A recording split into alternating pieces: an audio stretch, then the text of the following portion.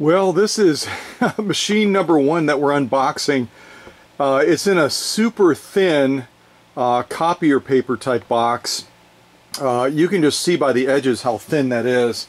It's not going to afford really any protection at all for this machine that was shipped to me from out in Connecticut.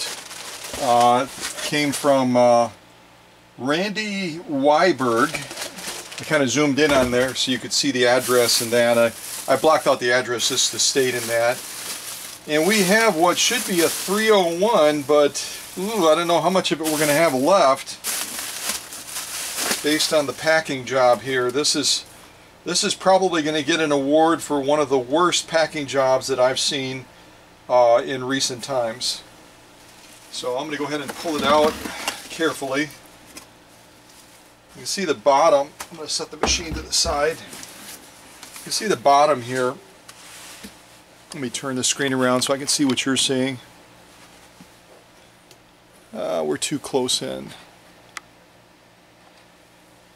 So there you can see the bottom of the box. This is why when we pack a machine like this, we always put additional padding to prevent this, where it's punched all the way through the bottom of the box. That's actually part of the machine that punched all the way through. You can see it from this side as well, right here. So that means if it was being dragged across the floor or whatever, it just came right through. And I can't even believe how poorly this was packed. It's pretty shocking. And they did a box within a box, but it's, again, both of these are paper thin, and all there was a little bit of these packing basically bags thrown on top of the machine. Nothing underneath the machine whatsoever. Really unbelievable. I don't know what people think. I don't know what they think at all. I mean, especially on a 301A, with it being an aluminum machine. It's not even solid steel, so mind-blowing. So let me set this to the side and we'll take a little bit closer look at this machine that's been shipped to me by Randy out of Newtown, Connecticut. Newtown, Connecticut.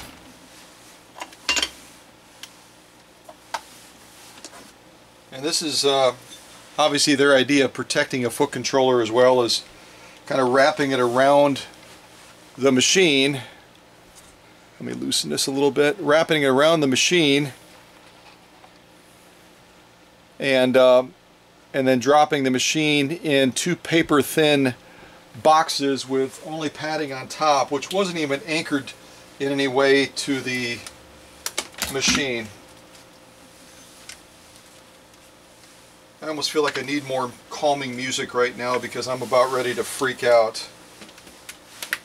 But what can you do, right? You can give them the recipe to success as far as how to properly pack a vintage sewing machine. But if they choose not to listen, what can you do, right? So it looks like we've got the foot controller. The wiring is not horrible on it. Very dusty, very dirty, but that's easy enough to resolve.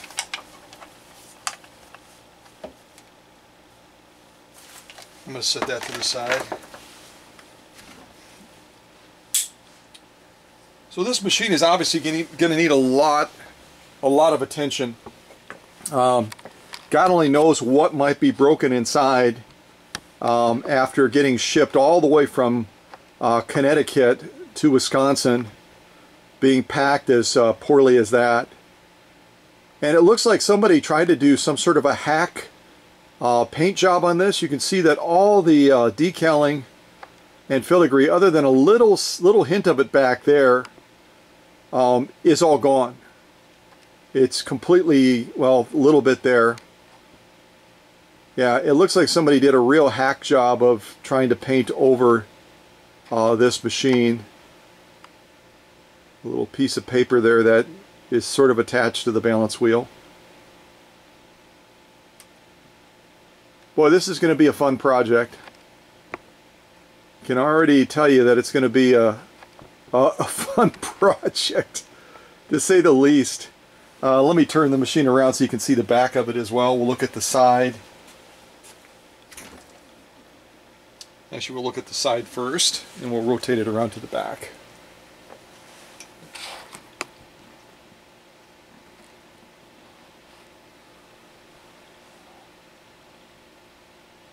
You can kind of see the back right from there.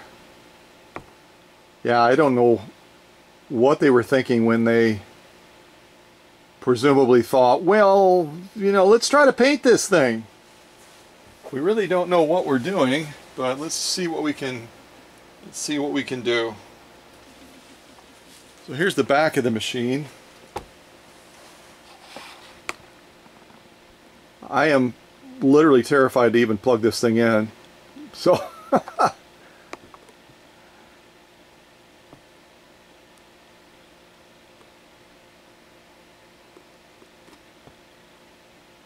good gravy. This is going to be all the way down to the metal as far as this machine.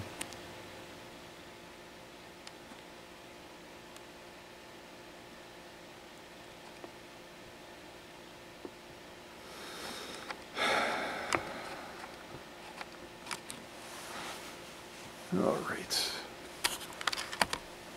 Turn it so that the faceplate is towards the camera.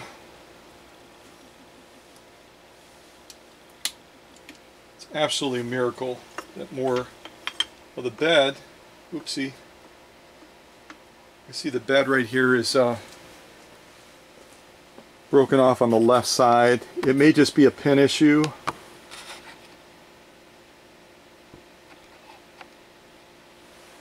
But if I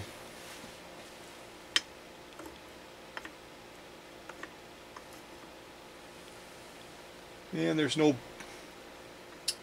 I can't really keep this up. Let me see if I can prop it up in a makeshift way. There we go. We're real scientific. We're going to use a Sharpie here to hold the bed up. And you can see we're missing the bobbin carrier, the bobbin case, so that's going to be a need. And you can just kind of look in that raceway area, and it pretty much is indicative of the rest of this machine from Randy in Connecticut. Randy. I told you exactly how this machine needed to be packed. Where were you, my friend? Where were you? Where were you? Maybe you were at Starbucks or something. Nothing against Starbucks. Ooh, it gets better as we go into the faceplate. I'm joking.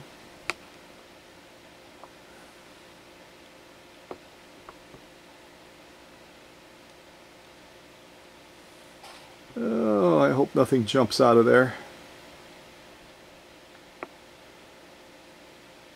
All right.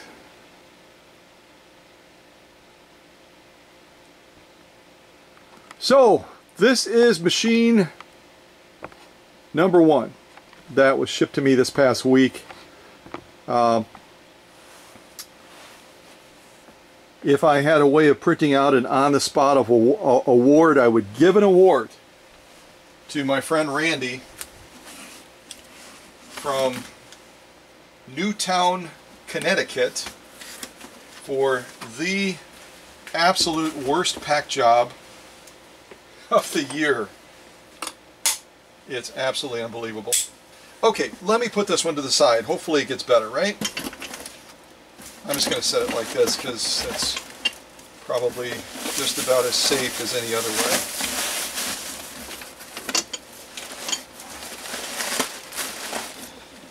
So this, folks, let this be a lesson. This is not the way to pack a machine to ship it to the workshop.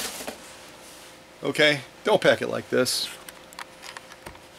It's just going to cause a lot of headache and cost you more when it comes to getting it put back together and getting it right. So, alright, Randy's is leaving the workbench. Oh, you can actually feel that machine pushing through the bottom of the box. It's literally that thin. It's literally that thin. Unbelievable. Okay, which one should I do next? How about if we open one from Paul Beavers in Montana. Corvallis, Montana, I think is the way it would be pronounced.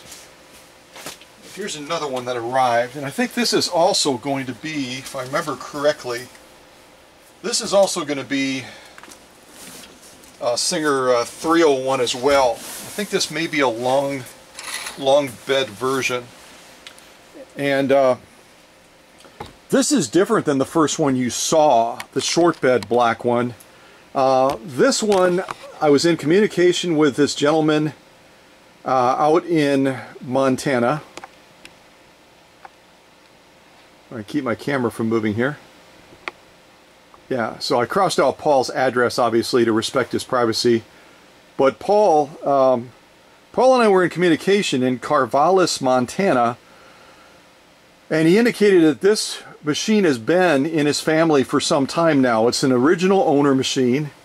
It's going to be real close to the one, I think, that was just sold and went out to Kentucky, to Louise. Should be real close to that. So let's go ahead and get this opening going and see if I'm correct. I'll be honest with you, the last couple of weeks have just been an absolute blur. Absolute blur. It's great to be busy, but when you're a solo act, it can test you sometimes. Okay, a little bit more music so we can get into this next unboxing of this machine from Montana.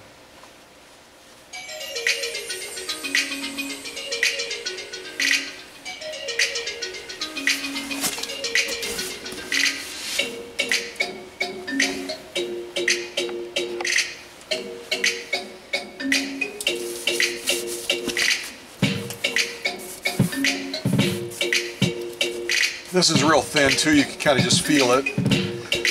But thankfully it looks like they taped over some of these sections that a punch through started to occur, so.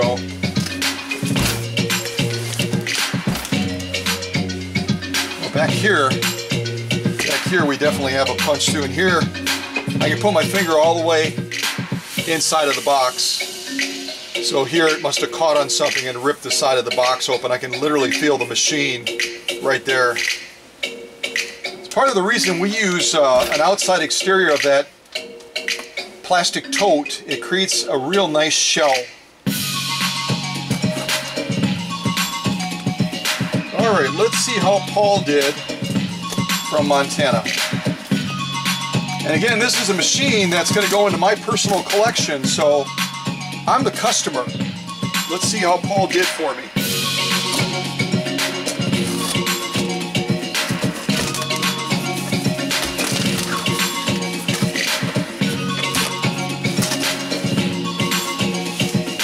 Well, he used peanuts. Oh boy, this is going to be a messy job. That's okay. Okay, well I can see what looks like it might be the machine here. I can feel it, sort of feel it. I know what this is. I guess this is some sort of roll that was supposed to afford some protection, but let's just face it, this thin little wrap stuff, it's great to keep something from getting scratched, this stuff right here, but it doesn't do a thing as far as protecting that machine from impact or anything like that. It's paper thin, and unless you were to layer it, it doesn't do anything at all to protect. So I think it's kind of a waste. What else do we have here? We have a piece of plastic that seems to have no purpose.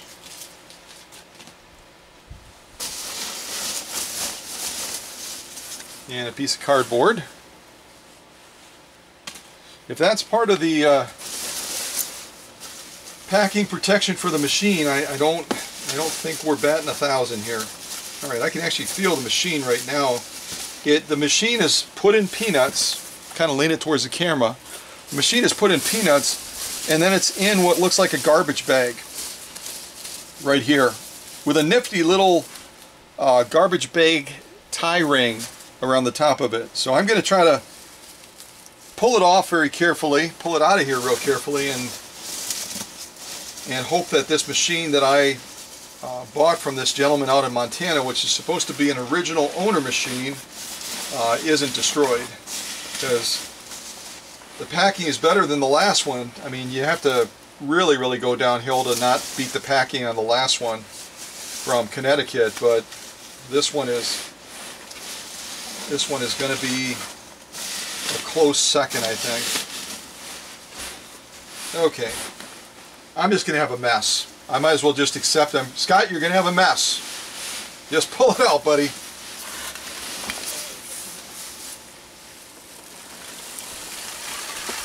And then I have my fan running because it's a little bit warmer by the workbench, so I've got peanuts flying everywhere.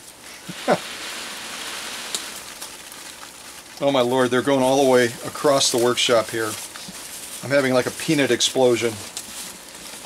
So literally, this machine, and obviously, you guys know me, when I talked to this gentleman and expressed an interest in purchasing this machine from him once I discovered the lineage of it being a direct descendant machine, being in the family, I made it a point of saying, watch my video on packing. Well,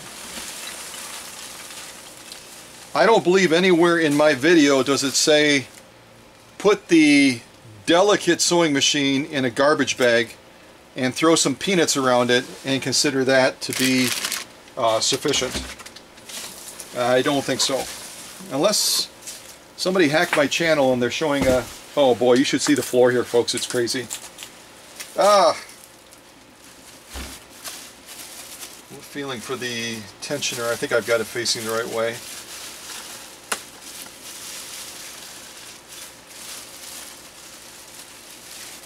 Well, thank God no one tried to paint this one. Based on the pictures that he sent me, it didn't appear that they had.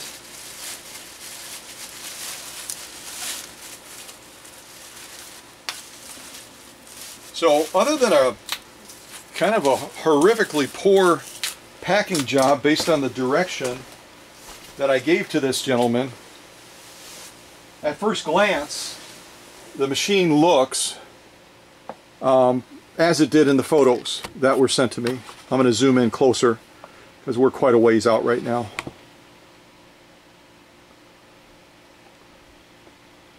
And while it certainly is not up to my standard, it's much cleaner, I mean dramatically cleaner than that last 301A that we looked at. This is a 301, yeah it is. That's a 301.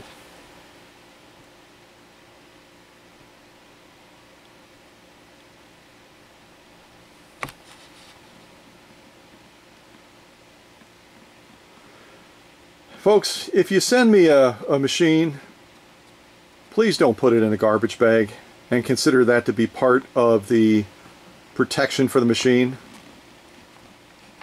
Please don't do that. Oh, I think I need more music. I know I need more music here. Oh my gosh. Let's see what this one is.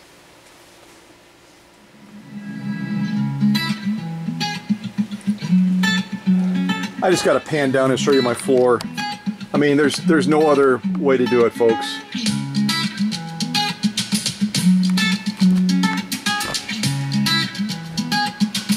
There we go. All right, let's turn this machine different ways and we'll look around the machine a little bit.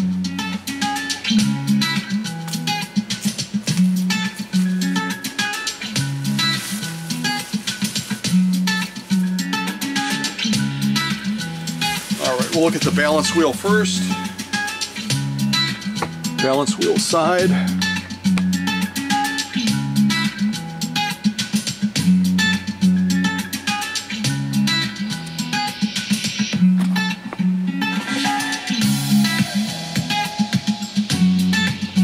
Obviously a huge step up from the machine that was sent to me from Connecticut, huh? Much improved. This one has possibilities. And yes, it will, once it's been completely gone through mechanically, electrically, aesthetically, this will become a candidate for sale.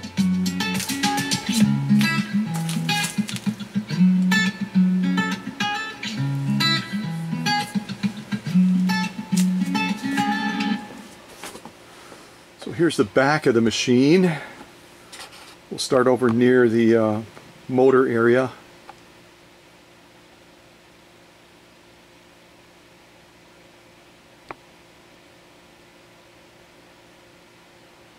Huge improvement from the other one, huh?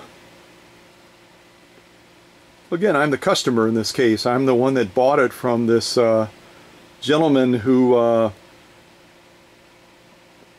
has had it in his family since it was purchased new, since early 1950s. So you know that I'm going to be looking at things with some degree of scrutiny. All right, let's rotate it with the faceplate forward as I continue to try to not step on all the peanuts on my floor right now. And this one actually has a bobbin case. Yay! It actually has a bobbin case, and the bed actually stays up, which you'll note is a long bed. Like I said, this is real close to the machine that just went to Kentucky that my friend Louise bought. The only exception is this is a 301, not a 301A. And they're almost virtually identical other than point of origin as far as where they were manufactured. You're really not going to see any notable differences. And it looks like this gentleman, to get it ready for me, actually may have done a little bit of waxing on it, attempted to do a little bit of cleanup on the paint patina, which I certainly am grateful for.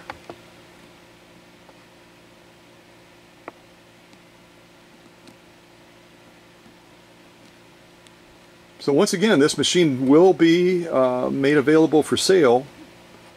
Probably not in the immediate future, but if you right away seeing this premiere go, okay, I'm looking at once Scott is done with it, an absolutely drop dead gorgeous ebony Singer 301 long bed, I want it.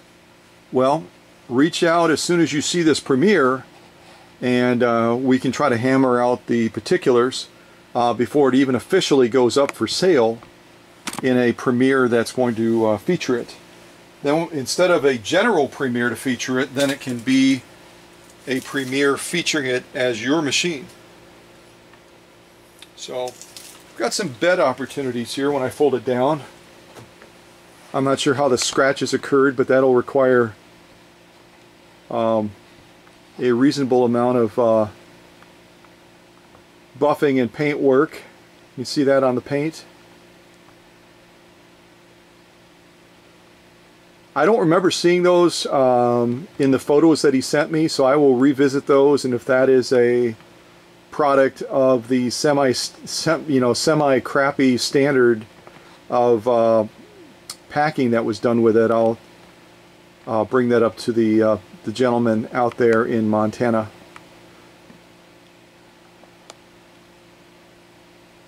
So I think this machine has some real good possibilities. I think once I'm done with it, it's going to be absolutely as stunning as Louise's was when you saw it premiered.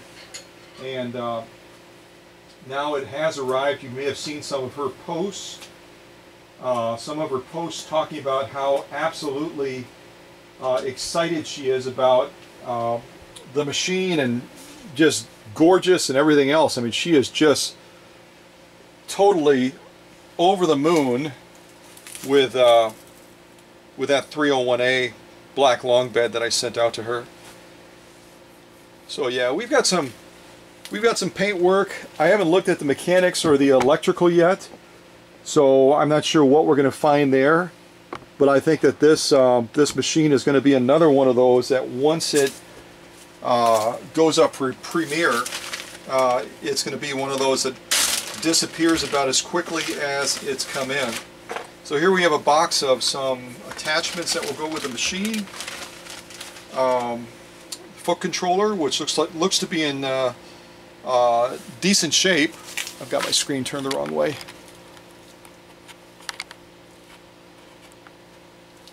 Yeah, the foot controller seems to be in decent shape. The wiring is original, but this looks like an upgrade as far as the plug-in point. It's not one of the original plug-in points. These are actually quite good though. These are really, really good. Put that in front, and it's very unusual to get an original instruction manual for the 301. These things are almost like gold. You can get downloads on the internet and other aftermarket type products, but to get an original like this, that's a fairly rare occurrence. And whoever purchases this machine will have the opportunity, unlike Louise had, where I wasn't able to offer her an instruction manual with it, but she can always download one, obviously, and it'll serve the same purpose to guide her through the machine and answer any general questions that she might have. So this is our second box opening. This one again came from out in Montana. I think I said Corvallis, Montana, or something like that, from Paul Beavers. Paul, if you're watching this, which I probably trust that you will be, I'm happy overall with the machine, but I really am not pleased with the way the machine was packed and protected. This is something that I invested in so that I could add it to my personal collection, and in all likelihood, once I get it to where it should be, mechanically, electrically, and aesthetically, I want to potentially offer to one of my friends to add to their personal collection. And I'm gonna, before I reach back out to you with a final answer, I'm just going to tell you I'm going to really go through this machine carefully and see if there's any shipping damage as a result of the poor packing. Peanuts are not enough. You've got to encase that machine, as I show on my packing videos, and safeguard it at that level, especially when you're traveling all the way from Montana to Wisconsin. Really doesn't matter the distance. So much can happen to that machine, even from Illinois, even from Michigan, even from Minnesota, neighboring states of Wisconsin. So you always pack it expecting the worst and hoping for the best. But I am pleased that there's an original instruction manual. I'm pleased with the overall appearance of the foot controller and the wiring. I'm pleased with the attachments, and some of you might be writing in the chat right now, open the doggone box, we want to see what's in the box. Okay, I hear you. As I continue to step on peanuts. Ah!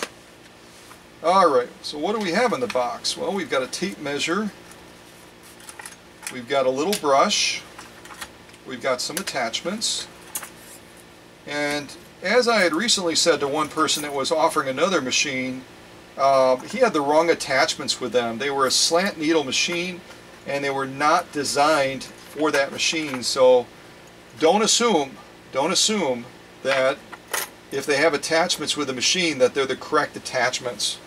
So that's kind of what was in that little box right there.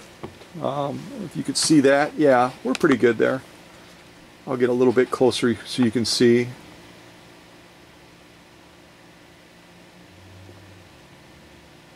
And a few bobbins in there. I'll probably see if I can add a few more bobbins to that. I usually try to have one bobbin in the machine and then between 4 to 6 additional bobbins. So at a minimum I'll be adding one more bobbin to this so that the new owner, when that happens, will have 5 bobbins in all, 1 in the machine and then 4 reserves. So all in all, I think it's a great machine. I'm pleased with the machine, not pleased with the packing, and I will try to go to my next box, which the first box was a customer machine. This is my machine that I purchased, and now we will try to go to the next box, which is going to be a customer machine. It should be a customer machine, I believe, from Indiana, the great Hoosier state.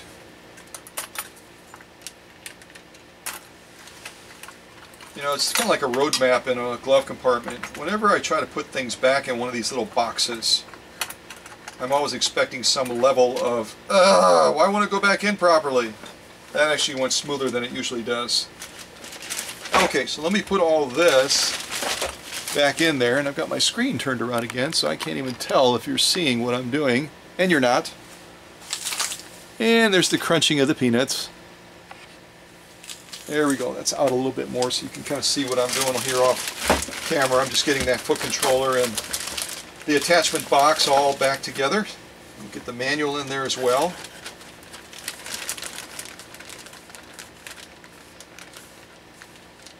Yeah, whenever possible, I try to get a manual with a machine that I'm going to be adding to my personal collection. Sometimes I can, and sometimes I can't. So this is a can, which I love. So this machine, again, in all likelihood, right now I'm going to be prepping it for my personal collection.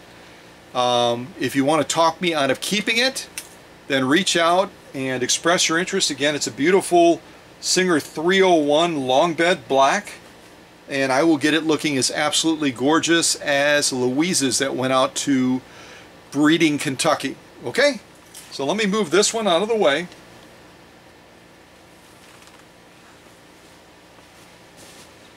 I step over more debris. Let me have to get the vacuum out here.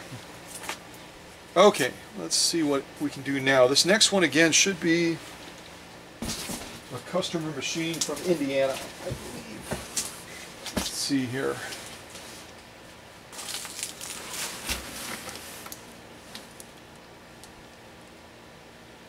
Oh, it was sent from the UPS store.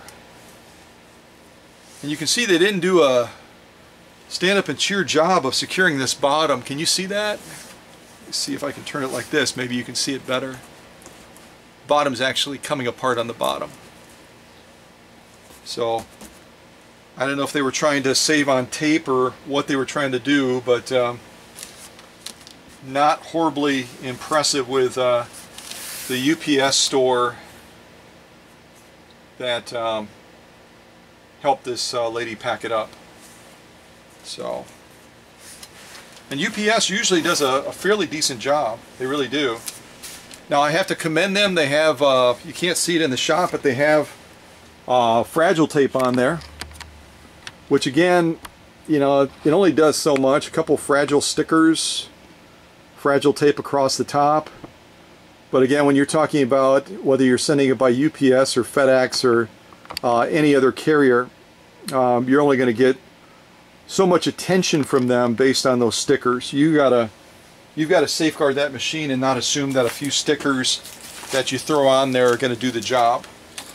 All right, let's get some more music on, and we will go into the next one. I don't remember if I did this one yet.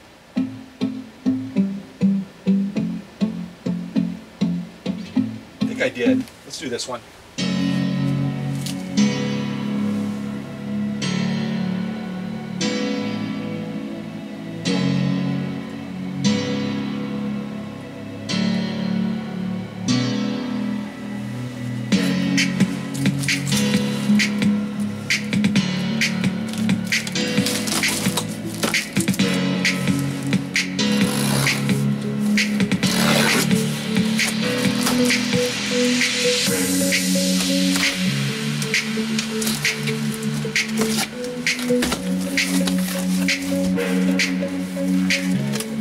Oh, Lord, as if I don't have enough peanuts on my workbench floor already. Here we go, more.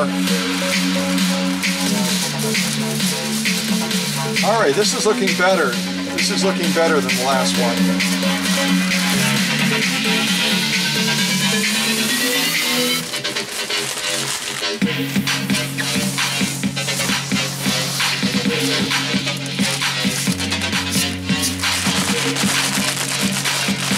I almost have the rhythm. Wait.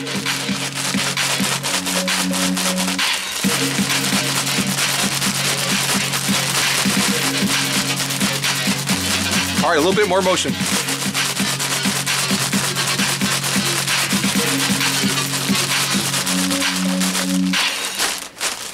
That was it. I was just starting to get the rhythm, doggone it.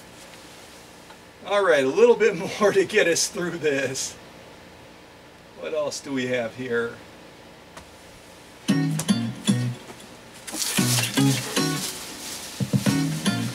Oh my Lord, real thin on the wrap around the machine here. Real thin. Now you guys have seen the way I wrap foot controllers in that. Does it look like that? I don't think so.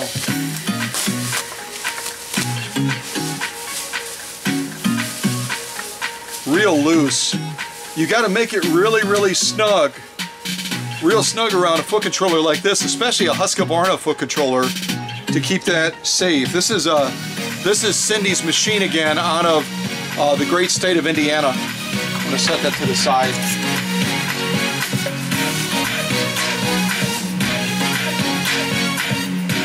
It's obviously a 19 special.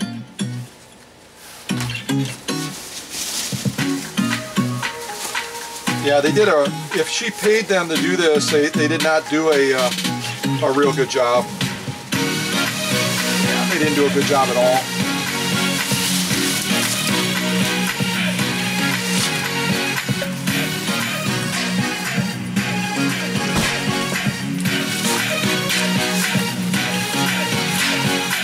That's like 2 layers of bubble wrap basically around her Swedish Beauty.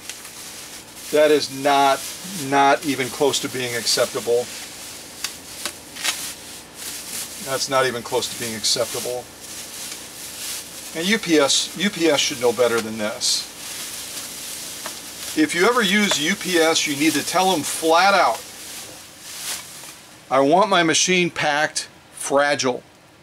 Pack it as if I'm sending a dozen eggs from Indiana to Wisconsin, and I want them to arrive without a single one of those eggs being broken. This is not cutting the mustard when you're talking about basically 2 layers of thin bubble wrap, and it's not even anchored to the machine. It's just, you know, very, very carefree, kind of tossed around the machine a little bit, a weak effort to wrap it, and it's not even anchored properly. Remember, you have to make it always a single unit to protect that machine from getting damaged in transit. And it looks like whoever used this machine at one time had it near a place where they were painting, because there's a splatter of white paint on the top of it, just a light little splatter. So let me zoom in. Let me zoom in on this and we'll take a closer look at Cindy's Husqvarna 19 as I continue to step on peanuts. Alrighty, let's see if we can...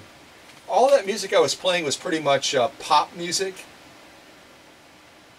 Let's see if I can find something else interesting to put on. How about Mirror Mirror? I wonder if that's the song that I know. Probably not.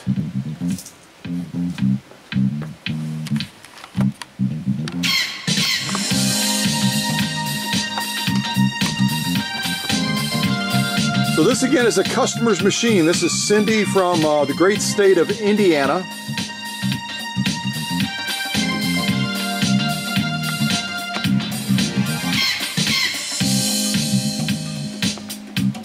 There's a sewing center out of Madison that I hope didn't clean this machine.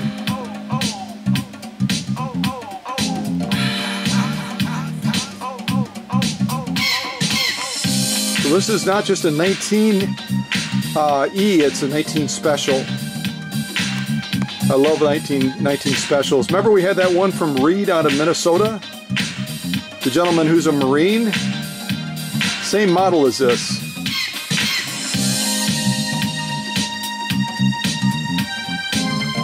Just make sure we have a bobbin in there and a raceway. And we do. I'm seeing this for the first time too, folks, just like you are. So I'm feeling, you obviously have no way of knowing it looking through the camera, but I'm feeling like almost zero presser foot pressure. So if anyone was trying to sew with this and they were having trouble with uneven stitches, they were having trouble with the material not moving over the feed dogs, I know why. So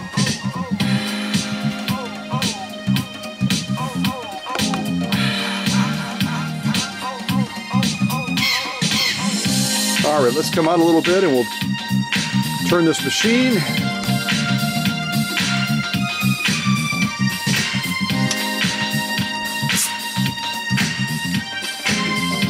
So here we have the balance wheel side.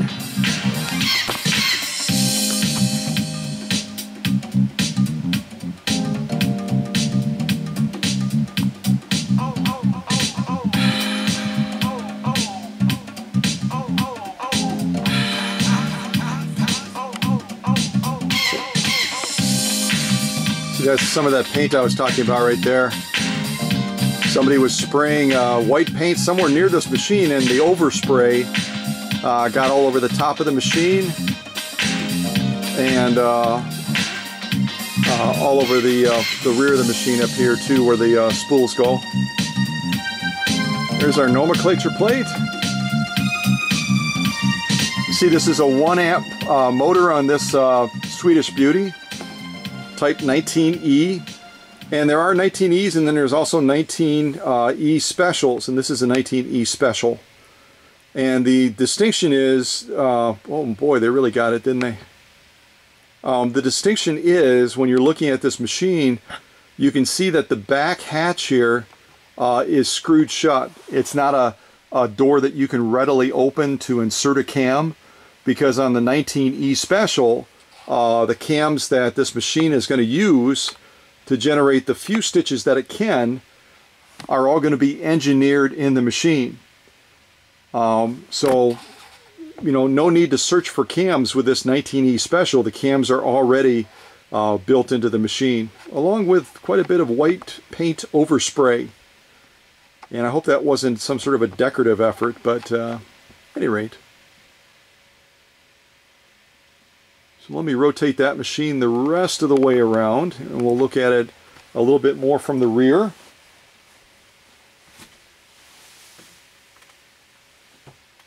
What else do we have?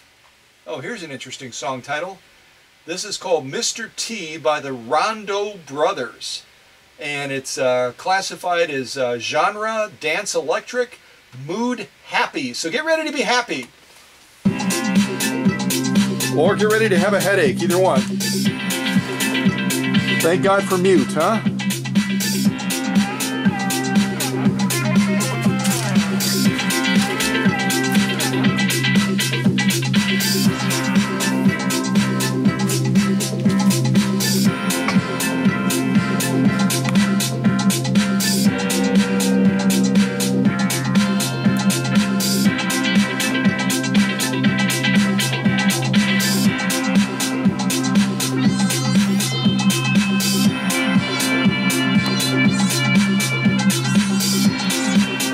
We're basically looking at 3 stitches on this machine. We're looking at a blind hem, we're looking at kind of a stretch and a zigzag is what we're going to be able to do on this 19E special.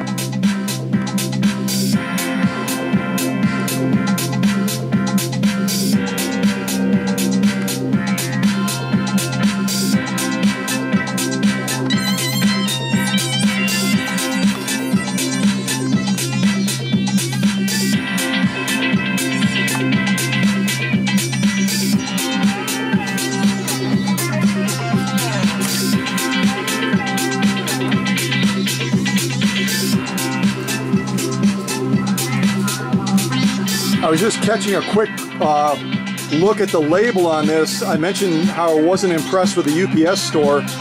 It looks like Cindy got this particular machine from Madison, Wisconsin. That's where it was packed up by the UPS store. So if you ever find yourself in Madison, Wisconsin, and for some reason you're wanting to ship a sewing machine, I would keep a real close eye on those folks. I would keep a real close eye. All right, let's go ahead and pop open this faceplate. We'll take a look in there.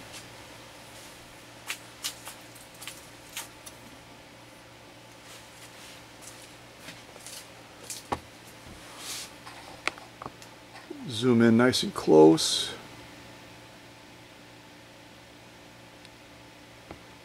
So not bad, not too bad in there. That's probably the best side of the machine I've seen so far.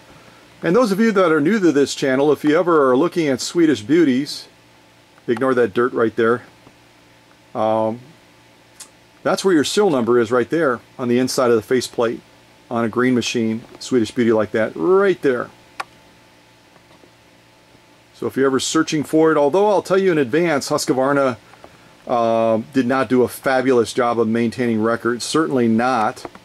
They didn't maintain records like Singer and some of the other makers. They were kind of laissez-faire about it. So, oh, another quick thing I mentioned as I was operating the presser foot lever, that it really seemed to me that the pressure was real light on the presser foot, and that I would suppose that if somebody had tried using this machine, they would have been semi-frustrated because they weren't getting good movement of the material, and they might even be getting missed stitches and other challenges with sewing. So this right here, I've shown this in other videos, this little dial right here that I'm touching, that's going to be how you adjust presser foot pressure on a Husqvarna green machine. If you want to increase it, you're going to rotate that dial to the rear.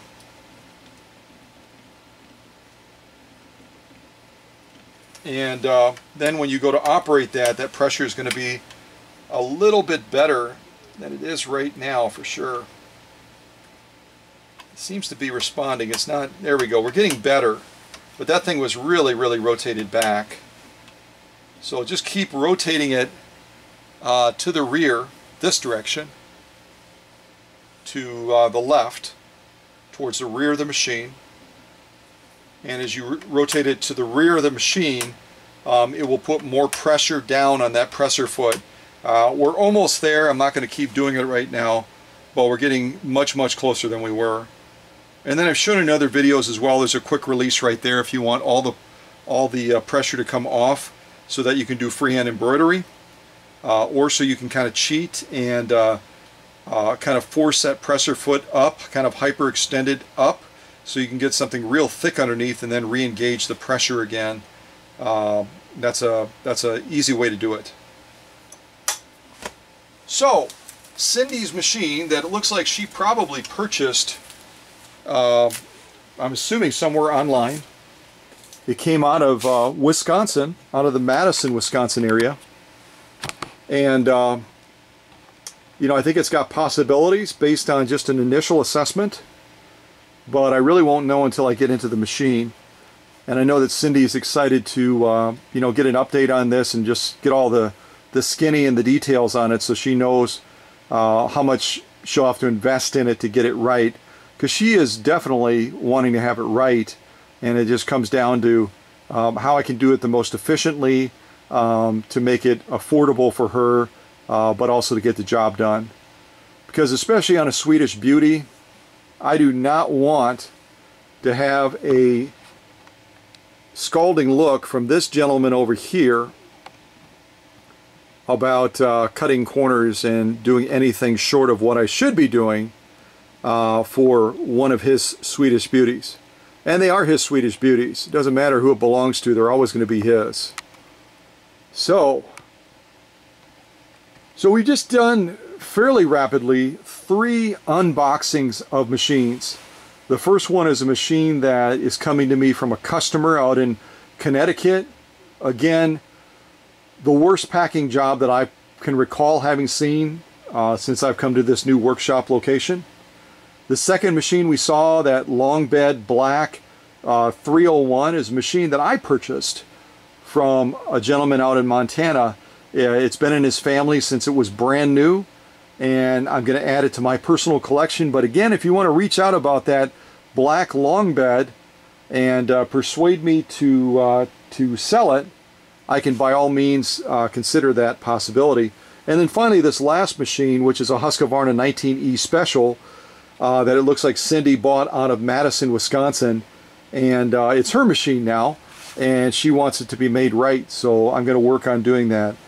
Once I dig myself out of this incredible peanut explosion all over my workbench floor. If none of you had gathered it by now, I'm a fairly tidy guy. I would say I'm even ultra tidy.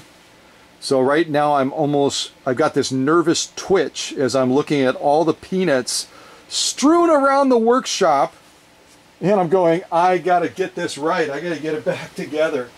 But first of all, I'm gonna bring these other machines that we just unboxed, if I can find room for them on this peanut covered workbench right now, and give you another glimpse of those before we wrap up this premiere.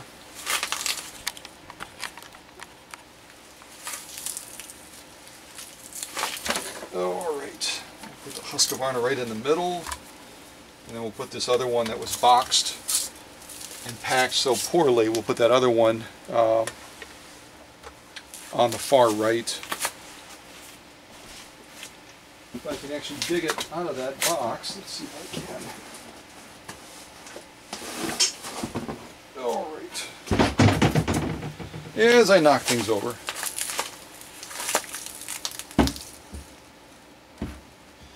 We'll kind of go like that. This is not super duper scientific, folks. Alright, one more piece of music and I'll just kind of zoom in on these machines and then we'll wrap this premiere up. This, let's see.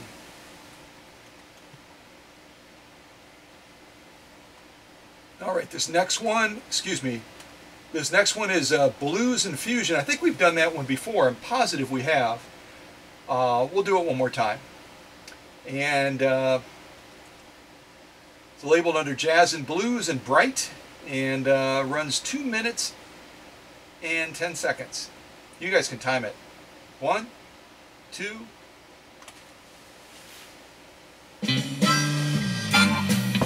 Kind of a dramatic pause there. Alright, let's just buzz around the workbench a little bit. We'll look at these. We'll start on the left with the machine that I purchased. This pretty long bed ebony 301.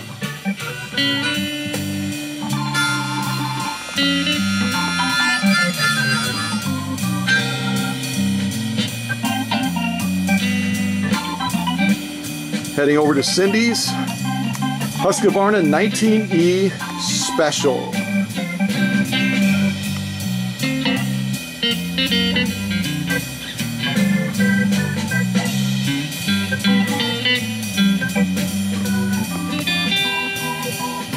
And over to our other 301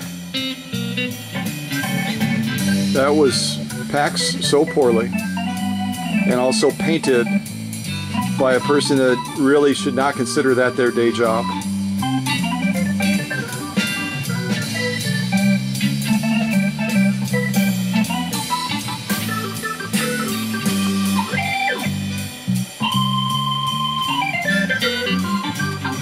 Well, I appreciate you folks watching.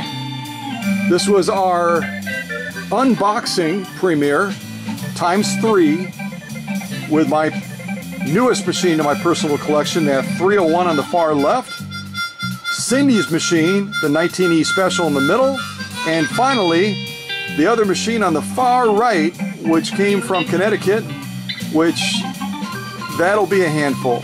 So God bless you guys. Continue watching for other great videos like this where you see my workshop utterly destroyed with a peanut explosion. I'm hoping the Red Cross will show up soon. I really am.